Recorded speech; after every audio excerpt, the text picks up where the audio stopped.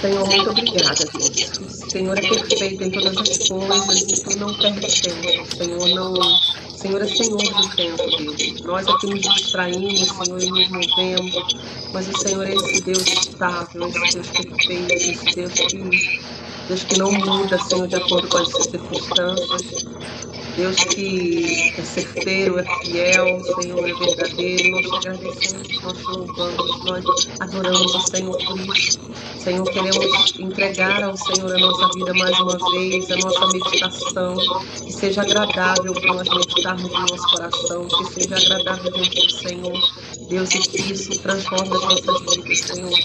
Toda a reflexão, toda a meditação, tudo aquilo que nós podemos pensar, analisar de acordo com a Sua vontade, com a Sua palavra, Senhor. Isso transforma as nossas vidas e nós te agradecemos por isso. Fala conosco nessa manhã, Senhor. Instrui o nosso coração a respeito da Tua vontade, em nome de Jesus. Amém. Amém, meninas. A gente está terminando aqui, exatamente hoje, o último capítulo do Evangelho de João. O Evangelho de João, assim, foi muito bom para a gente. Quantas lições, quanta coisa a gente aprendeu juntos aqui, né, nesse Evangelho. E assim, o Evangelho de João, o objetivo dele, como a gente falou desde o início, era apresentar Jesus como o Messias, né, o Deus, que era homem, mas que era Deus divino. Jesus, ele veio realmente como Deus encarnado, né, que entrou aqui nessa terra para viver como homem, mas que era Deus, que Jesus era Deus, né. Outros estudiosos podem tentar dizer que Jesus era meio homem, meio Deus, mas não. Aqui João vai apresentar Jesus inteiramente como Deus. Ele era divino, ele estava presente em toda a criação, em todo o tempo, né? E a gente está aqui no capítulo 21, aqui Jesus vem falar um pouco para a gente dessa comunhão e ao mesmo tempo assim de soberania, né, dele, né, de como ele é Senhor de todas as coisas. E começa o capítulo assim, né, nós temos aqui Jesus ressuscitou, né, de maneira maravilhosa, foi o maior acontecimento, né, da história do cristianismo. A ressurreição de Jesus é assim, poderosa, né?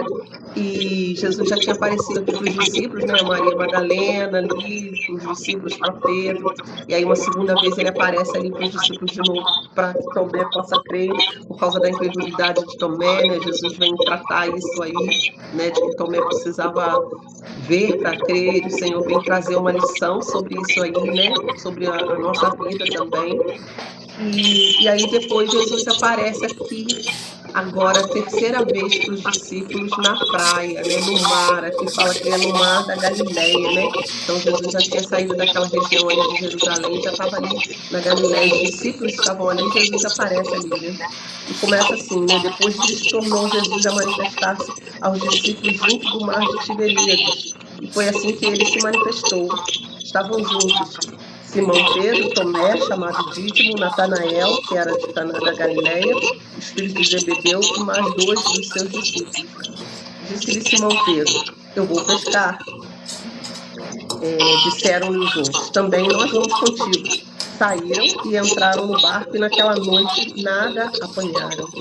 Eles tinham decidido estar juntos, né, e pescar. Aqui não estavam todos os discípulos, né, mas uma grande maioria. E eles, assim, alguns comentaristas vão dizer, eles estavam desistindo da missão, desistindo do chamado do Senhor e resolveram voltar à sua vida de pescaria e tal. Mas o que aparece aqui, que aparenta que não é isso, né? É que eles estavam aguardando algumas instruções do Senhor, né? Eles estavam ali retomando a vida deles, mas aguardando até que o Senhor pudesse direcionar o que eles iriam fazer, né? Aí a alegria, né? Toda aquela euforia da ressurreição já tinha passado um pouco e eles estavam confortados, porque primeira vez que Jesus aparece para eles, Jesus vem assim trazer paz. A Fabrícia, bom dia, tudo bom?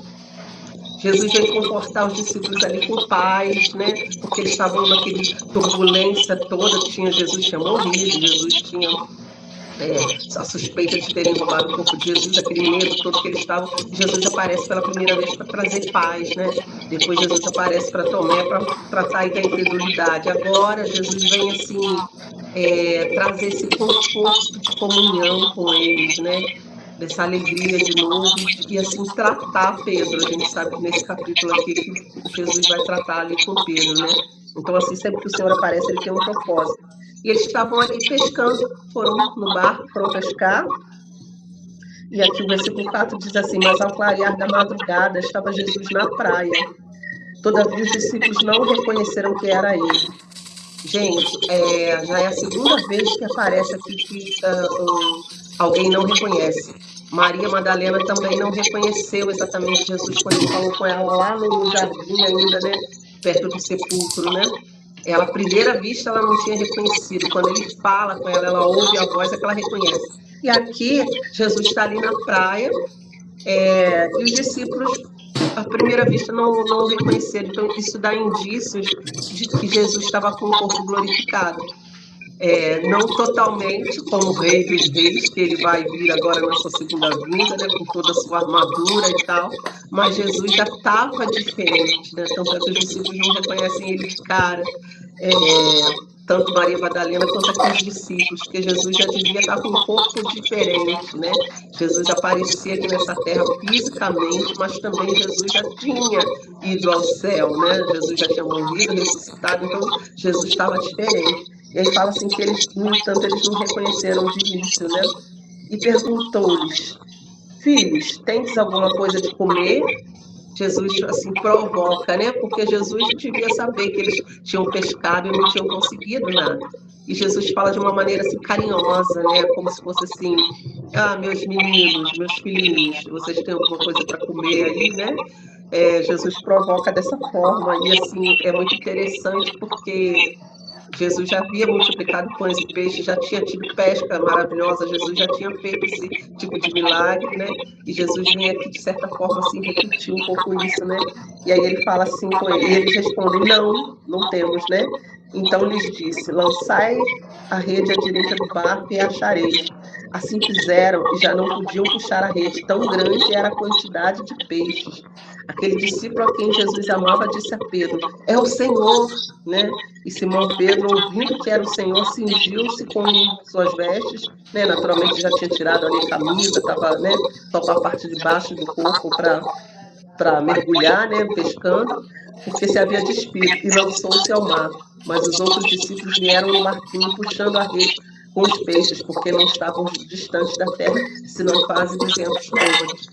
Assim, muito interessante isso aqui, já para a gente comentar, menina, é que às vezes a gente se reúne, né, como discípulos ali, se reúne com pessoas com boas intenções, com comunhão, né, mas só a nossa reunião, só a nossa unidade, de certa forma, não produz resultados, né? Os discípulos estavam ali tentando pescar na sua força, né, tentando trazer algo, né, ali de alimento da sua força, né? E estavam reunidos, é ótimo, isso é comunhão, é maravilhoso, mas isso não produz milagres. Para que exista milagre, Jesus precisa aparecer. Né? E, assim, a primeira coisa que eu vejo aqui é isso, para que haja milagre, né? Então, eles poderiam até pescar alguma coisa, ou até ali, igual ali, não pescaram nada. Ou, muitas vezes a gente se reúne, quantas vezes a gente tem as melhores das intenções, né? A gente faz algo, a gente vê aí muitos tratamentos, né? Igual a gente vê aí, vamos dizer assim, vamos dar um exemplo aqui do AA, né? Esse grupo aí que se reúne, que faz uma terapia, isso é tremendo, sabe? Com pessoas alcoólatras, pessoas viciadas, né? E assim, é um momento ali de comunhão, um momento de tratamento, de unidade, né? De terapia muito bom, mas milagre só com o Senhor. Milagre, Jesus precisa aparecer, sabe? Quando as pessoas são realmente libertas, né? Por Jesus, aí a coisa acontece, né? Então, assim, a gente vê isso aqui, né? Nesse exemplo, assim, eles ali reunidos, tentando pescar, se, né, reuniram de novo depois da ressurreição, mas Jesus precisava aparecer. Se Jesus não estiver no meio, se Jesus não estiver naquele momento ali de comunhão, as coisas são falíveis, né? O nosso esforço humano não produz o resultado que quando Jesus está produz, gente. O Jesus na nossa vida, seja no nosso trabalho, tudo que a gente fizer, a gente sabe disso, né? A gente faz o melhor Mas quando Jesus se manifesta, quando a presença do Senhor se manifesta, gente, que diferença, né? Seja dentro da nossa casa, seja num conselho, numa reunião, onde a gente estiver, o que estiver fazendo, quando a presença de Jesus está, é outra coisa, né? E aí Jesus vem, né? E olha só que interessante, né? Então Pedro vai, se lança, eles voltam de novo ali para a beira da praia, e ao saltarem em terra, viram ali 2 brasas, e em cima peixes, e havia também pão. Gente, Jesus já tinha passado na padaria, era de manhã, né? Jesus já tinha passado na padaria, já estava ali com pão fresquinho, e Jesus já tinha peixe. Jesus sempre tem um alimento, ele já tinha peixe ali, né? Antes mesmo deles trazerem os peixes deles, né? Jesus já tinha peixe ali, porque ele fala que já tinha ali uma brasa dessa forma. E aí Jesus até fala, traz agora os de vocês, né? Mais que vocês estão trazendo, né? Aí ele fala, trazei alguns dos peixes que acabastes de apanhar. Traz aquilo que vocês têm, né? Coloca aqui junto do meu, né? Olha que lindo, né? E assim, o interessante é que Jesus vem com essa refeição, né? Depois desse tempo todo, e talvez eles ali venham tristes, né? Porque estavam pescando, cansados já e não tinham conseguido pegar nada. E aí vem essa pesca linda, esses 153 grandes peixes, que assim fala, né? E assim, Jesus está ali e oferecendo esse tempo de comunhão, né? Com eles. E, gente, toda vez assim que se fala em comunhão, né? E estar junto, fala de casa, de presença de Deus, né? Isso fala de restauração, isso fala de cura. E esse era o propósito do Senhor ali. O Senhor queria trazer eles para esse tempo aconchegado ali, mas assim, Jesus estava já mirando em Pedro, né? Jesus queria tratar ali Pedro, Jesus precisava tratar Pedro. Pedro foi considerado assim o líder da igreja, né? Jesus fala sobre essa pedra, quando Jesus muda o nome dele, né? De Simão para Pedro, sobre essa pedra, sobre a sua declaração, sobre essa rocha, eu vou edificar a minha igreja, mas Jesus tem um chamado ali com Pedro. E Jesus precisava tratar isso na presença dos discípulos ali também, né? Então isso é muito, muito interessante, assim, né? Às vezes, assim, quando a gente está ali na presença do Senhor, o texto vai dizer assim que a rede não se rompeu, né, com eles, e aí vindo eles começaram a comer ali, e um dos discípulos ousava perguntar, quem és tu? Porque sabiam que era o Senhor, né? E assim, tinham muitas perguntas, e eu logo me lembrei assim que a gente, quando a gente está na presença do Senhor, que às vezes a gente entra naquela presença do Senhor, que a gente está ali no Santo dos Santos, que a gente está entregue, você não tem nem perguntas nenhuma, você quer só contemplar, né? Você quer estar aproveitando ali, assim, se banqueteando, desfrutando da presença do Senhor, né? Então a gente não tem que estar com muitas perguntas, com muitas indagações, com dúvidas no nosso coração. Mas quando a gente entra nessa presença real do Senhor, né? A gente sente isso, a gente se esquece, né? O apóstolo Paulo fala assim que todas as coisas perdem o valor quando comparadas com a presença, com a inestimável glória de conhecer o Senhor, né? Então tudo, eu me lembro de um cântico antigo, só quem é daquela década vai se lembrar de um cântico antigo da Alda Célia que falava assim, quando eu olho tua santidade, contemplo tua formosura, quando tudo se apaga devido ao teu esplendor. Vocês conhecem esse cântico? E ela fala assim, aí eu te adoro. Então, assim, quando a gente está na presença do Senhor, tudo se apaga devido ao esplendor da glória dele. Vocês vão se lembrar, quando eu olho tua santidade. Gente, minha voz está péssima. E contemplo tua formosura, quando tudo se apaga devido ao teu esplendor, eu te adoro, eu te adoro, eu vivo, Senhor, pra te adorar. É um cântico antigo, gente, minha voz está muito tremida, porque ainda mais de manhã, sem aquecimento nenhum. Mas assim, gente, é isso, assim, tudo se apaga, tudo perde o valor quando a gente chega perto do Senhor. Quando você entra no Santo dos Santos, você esquece até de quem você é. Você quer adorar e manifestar a tua gratidão, até manifestar tudo que você tem, tributar a Ele toda a honra e glória. É maravilhoso, né? E aí fala assim, né? Jesus tomou o pão e lhes deu, e de igual modo o peixe. E já era aquela terceira vez que ele se manifestava aos discípulos ali, depois de ressuscitado, né? E aí vem Pedro. Aí vem essa que parece que é o ápice desse capítulo, né, que vai terminar aqui. João faz questão de registrar isso, sobre esse tratamento com Pedro aqui, né? Jesus vem com essa pergunta, né? Depois de terem comido, perguntou Jesus a Simão Pedro: Simão, filho de João, amas-me mais do que a estes outros?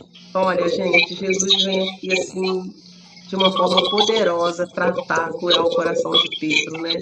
E assim, ele vem tratar, fica muito claro aqui, né? Quando ele pergunta pela terceira vez, Pedro se entristece e reconhece assim, que Jesus estava fazendo essa referência às 3 negações dele, né?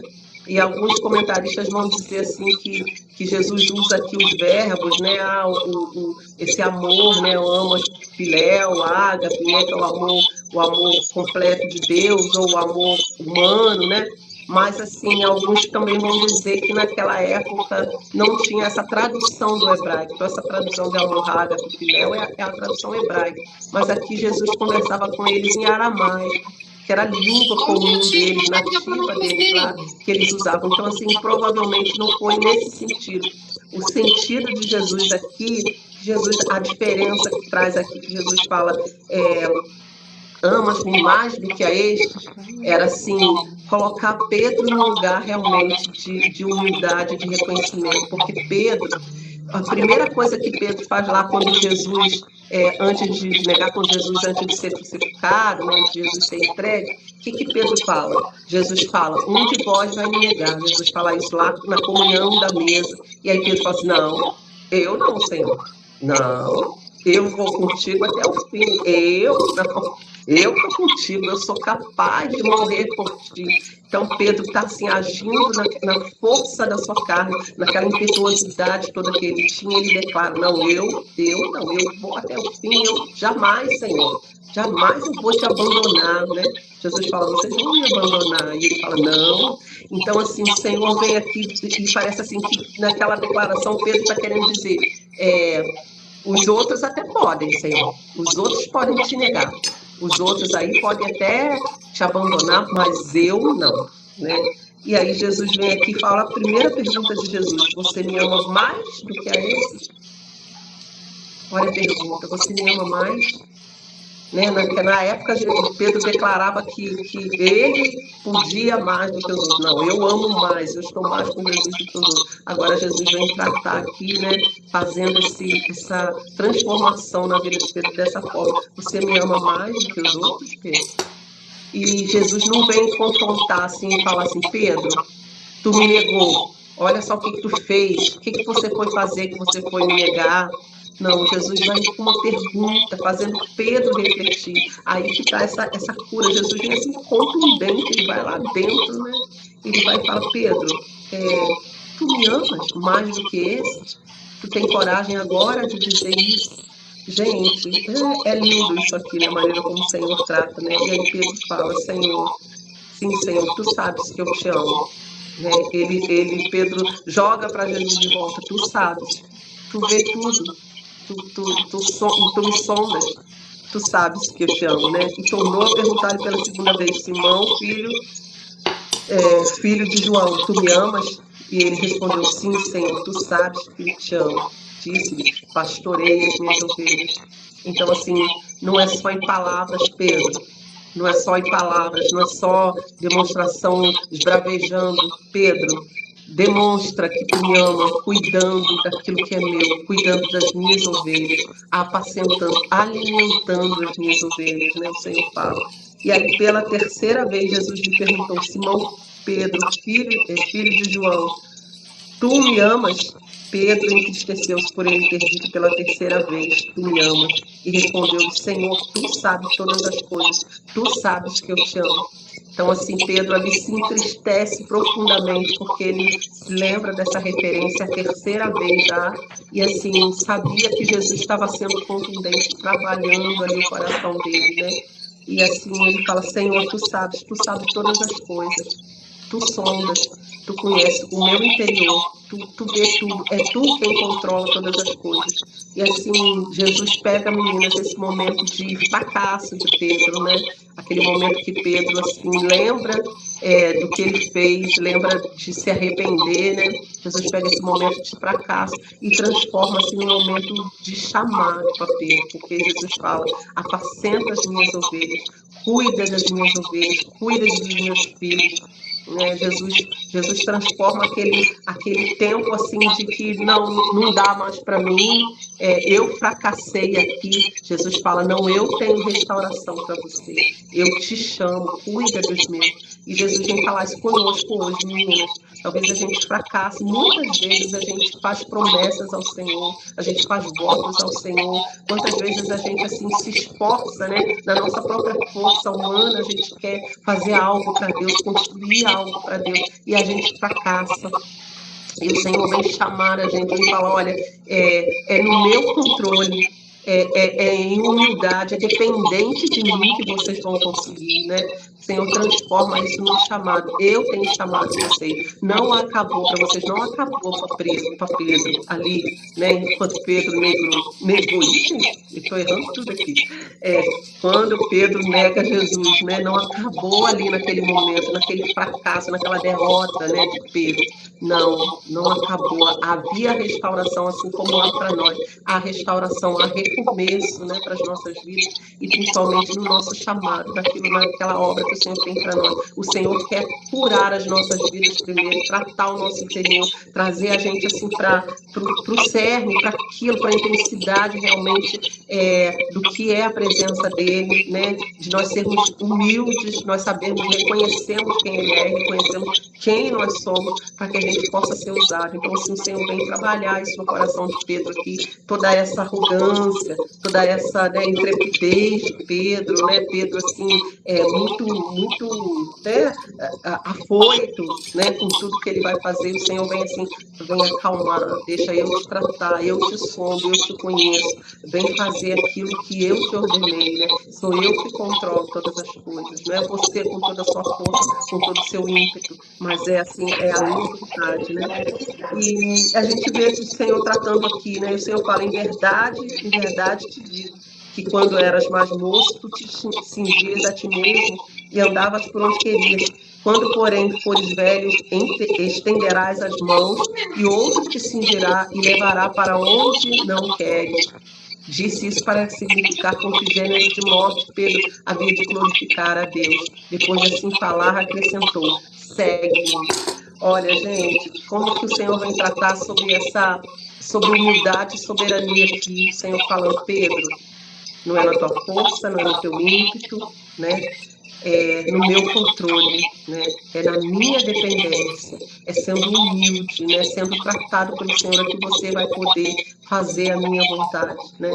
E o Senhor fala assim, tanto que o Senhor vem falar dessa soberania, que ele fala assim, quando você era mais moço, você fazia o que queria, você que se movia, né? Você era independente, né? Mas debaixo da minha vontade, sou eu a que direciono todas as coisas. Então, assim, você não vai ter mais controle. O controle é meu. Você não vai ter mais controle nem até mesmo de como a morte que você vai morrer, né?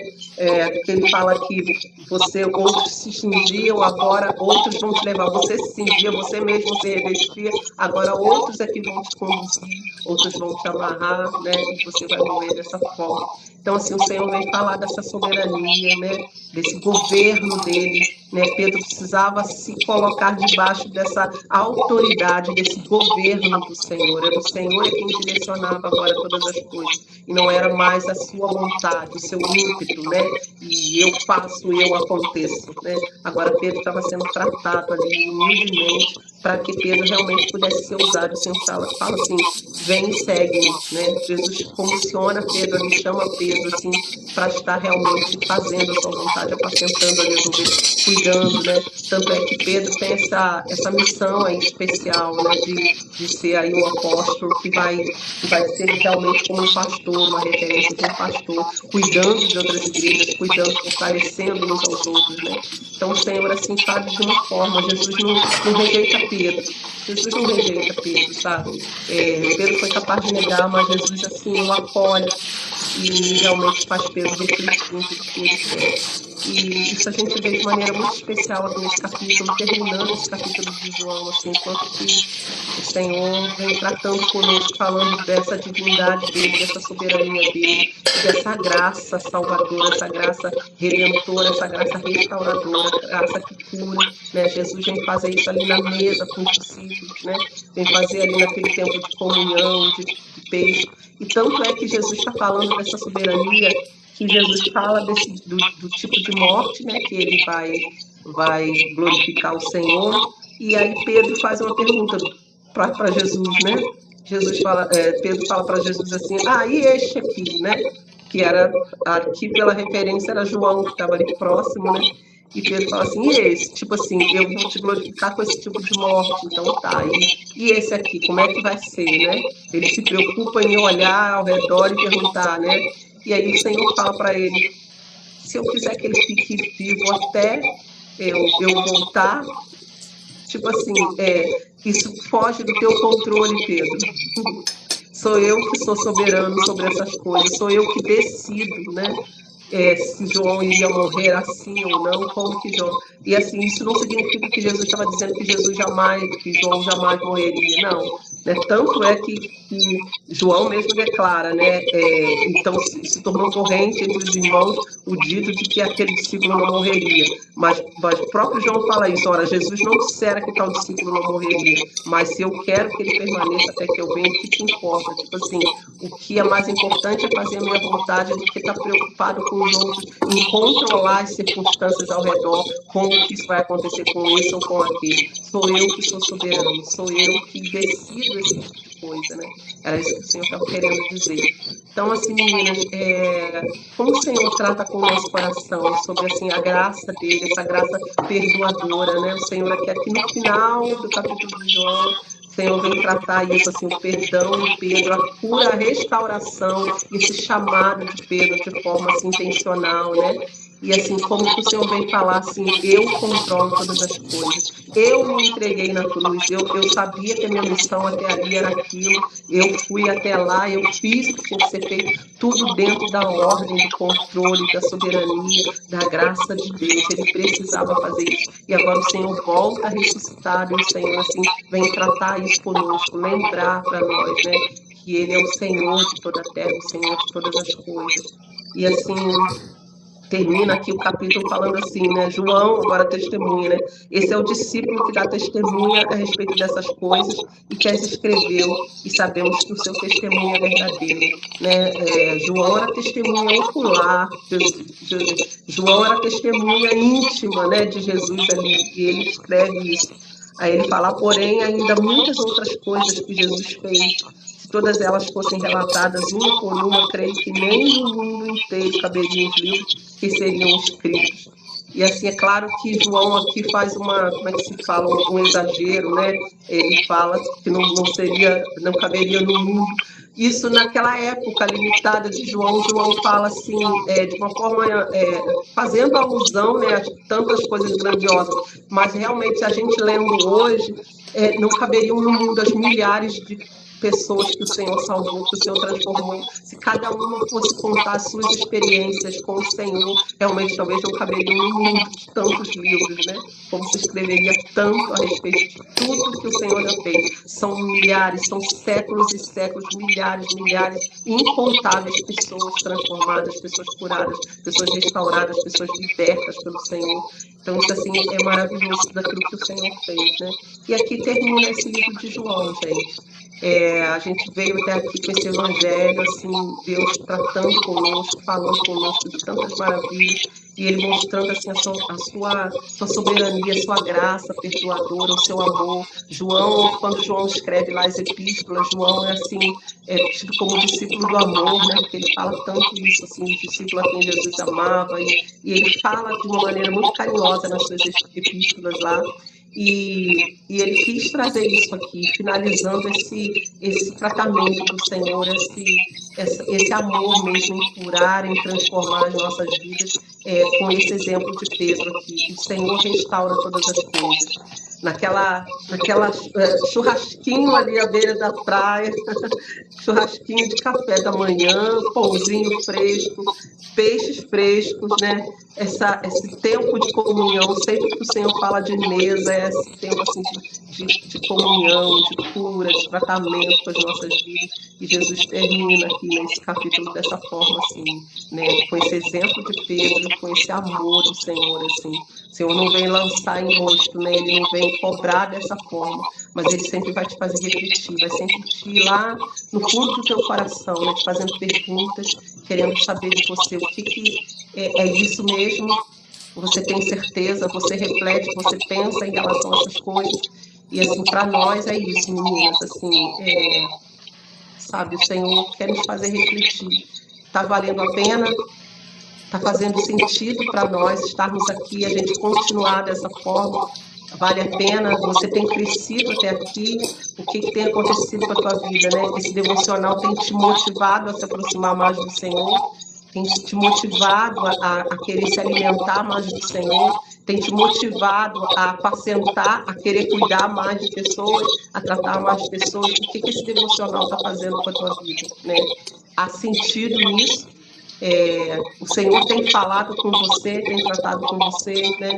É isso que o Senhor quer nos fazer refletir.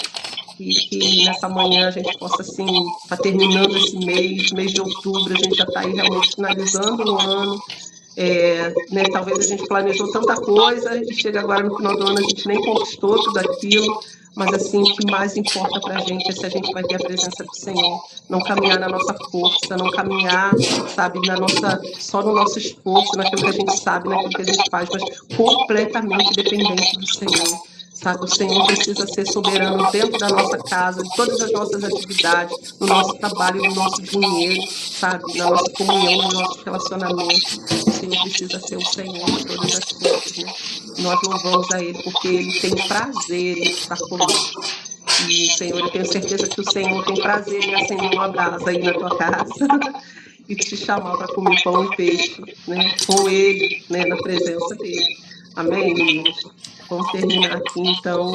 Segunda-feira a gente tem um outro assunto, né?